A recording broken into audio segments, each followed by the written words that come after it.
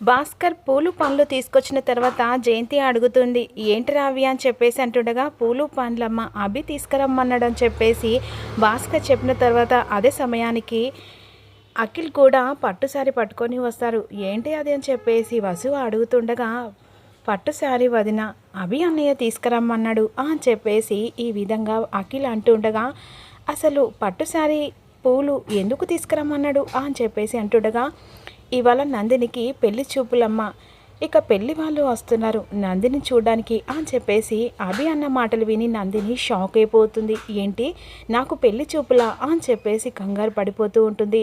ఇక మరోవైపేమో పావని, భాస్కర్, అభి, జయంతి సంతోషంలో మునుగుతారు.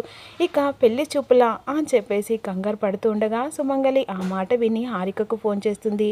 ఓసే నందినికి పెళ్లి చూపులట, అభి తీసుకొచ్చాడే అని చెప్పేసి అంటుండగా, ఏంటి అఖిల్తోనా ఆంటీ అని చెప్పేసి అంటుండగా, కాదే బయట నుంచి వెళ్ళి ఎవరో వచ్చి చూసుకుంటారట.